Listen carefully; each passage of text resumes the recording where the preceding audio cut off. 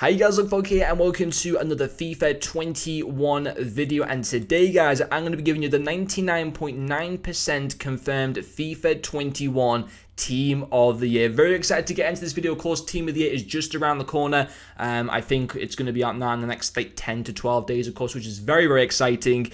And I came across I was just scrolling through Twitter and I came across a very interesting thread posted out by FUT21 News. I'll leave a link to a Twitter account in the description. Very reliable source within the FIFA community. Got well over 100,000 followers, and quite a few thousand people have been sending in their Team of the Year votes to him over the past few days. He's been able to kind of combine all these votes together and come up with the exact percentages of the people that have participated in this particular survey poll type of thing.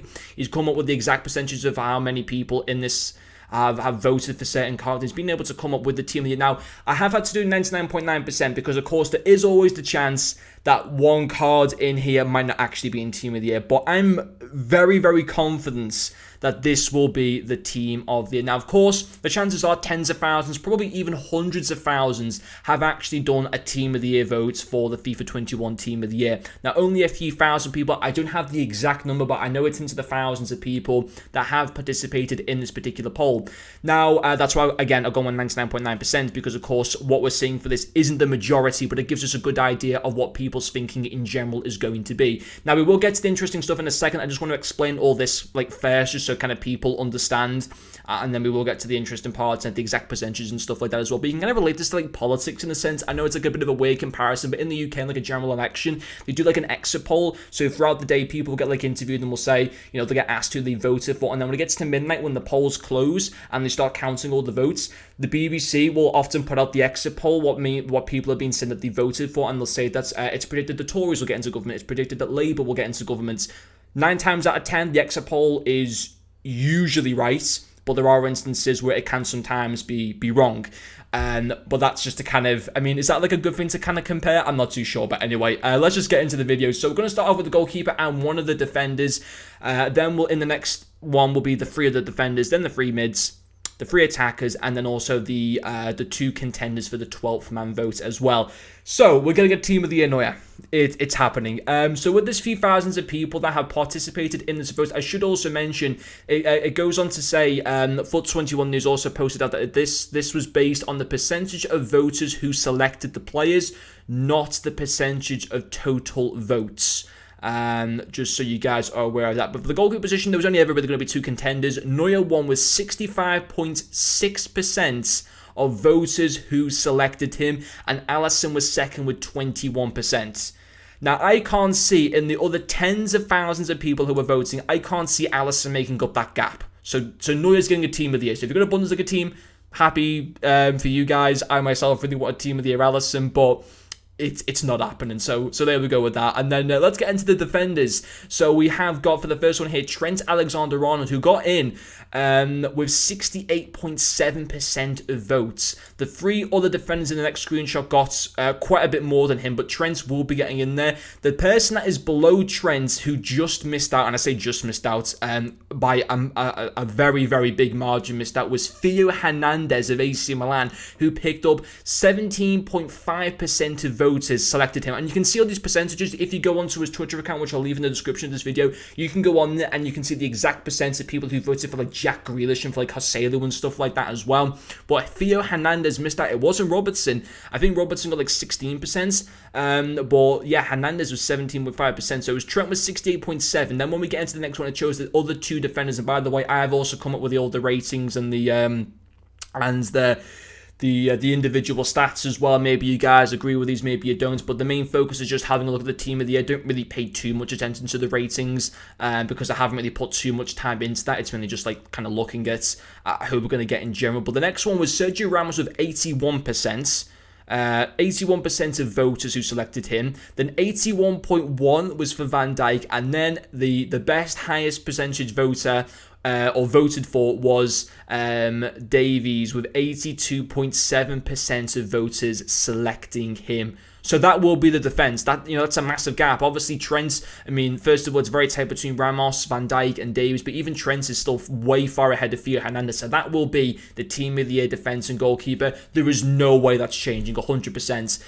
Then when we get into the mids, Kevin De Bruyne, Joshua Kimmich and Bruno Fernandes. And this is a very interesting one. So for the mids, Joshua Kimmich is the most popular, the joint most popular. Kimmich got 74.9% of votes, and he'd be an absolutely insane team of the year. I think he'd be the team of the year that I actually might want the most out of all of them. I think he'd be absolutely amazing.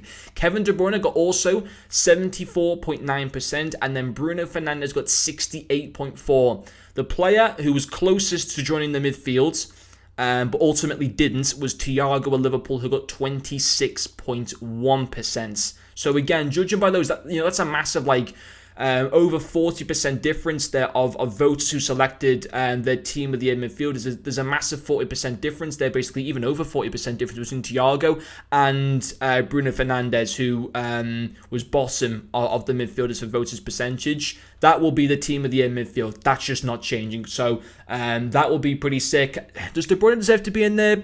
Probably still, I think. I mean, you could make a case for Henderson or for Thiago, but yeah, I mean, I didn't put Kimmich in my team of the year. Looking back in hindsight, I should have. I did put in Bruno Fernandes, and he deserves to be in there. I won't be too bothered personally about having him in my team, I don't think, but he does deserve to be in team, and there's no doubt about that. And then the attackers we do have a look at next. So Lewandowski, 73.6% of voters voted for him. CR7 was 64.5%. Lionel Messi was 53.9%. I don't know if I've actually got that wrong because I've not written that down properly. Messi, okay, so it was 73.6% for Lewandowski, Ronaldo was 64.5%, and Messi was 53.4% of the vote. And the attacker that missed out was Kylian Mbappe with 23.9% of the votes. So again, such a massive gap there, even just between Messi and Mbappe, that again will be the team of the year attack of Lewandowski, Cristiano Ronaldo, and Lionel Messi. Now, it comes to the 12th man. Who got out of all the rest, because of course, as we know, there will be a 12th man now. Last year in the 12th man, we were able to select by the 5 most popular players that missed out. They were put into into a vote that you could choose in game of who to go for, and then they would receive their own team of the year card, like the 12th man that just missed out. And in terms of the 12th man, the two players that have got the most percentage who have missed out is Thiago. Out of all the top 11, he come in at in number 12 with 26.1, and then it was Mbappe with 23.9, and then I think after that it might have been Alisson actually with 21% as well. Now, so Thiago has got the most votes and hasn't made it into team of the year with 26.1. But if they do give us a player pick pack, or not a player pick pack, but a player pick choice to do the votes, so many people will go for Mbappe over Thiago. So the chances are Mbappe will end up getting the 12th man, unless they do it differently this year and they just give us the 12th man and don't let us choose, in which that case it's likely to be Thiago that we're getting as the 12th man. So that's where that part isn't fully decided. For the 12th man, we don't know if it'd be Mbappe or Thiago. Probably likely more to be Mbappe, certain if we have the choice of it, but if we don't have the choice, it's more likely to be Thiago. But in terms of the actual 11 itself, I can't see that changing at all. Very interesting team of the year. Who are you excited for most? Myself personally are the two. Oh man, only 2 Liverpool players. Just maybe we get Thiago, but I think it'll be down to a vote of players, and I think Mbappe will get in on that one. But apart from that, I think Kimmich is going to be very good. Alphonso Davies as well. But let me guys know what you think of the team of the year as well. And hopefully you guys have enjoyed this video. Thank you very much for watching, and I'll see you guys later.